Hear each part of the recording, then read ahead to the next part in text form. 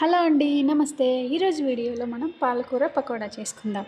దీనికోసం ముందుగా ఒక కప్పు శనగపిండిని వేసుకొని, తర్వాత ఒక కట్ట పాలకూర తీసుకొని నీట్‌గా వాష్ చేసుకొని, చిన్న చిన్న పీసెస్‌గా కట్ చేసుకొని, ఈ పాలకూరని మన శనగపిండిలో యాడ్ చేసుకోవాలి.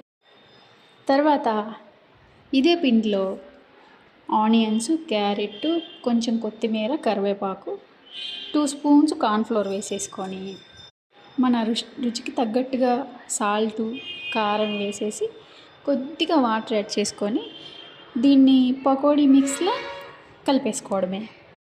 ఈ కలిపిన పిండిని ఒక 5 మినిట్స్ రెస్ట్ ఉంచేసి తర్వాత ఆయిల్ వేడి చేసేసుకొని వీటిని మనకు నచ్చిన షేప్‌లో ఫ్రై చేసుకోవడమే.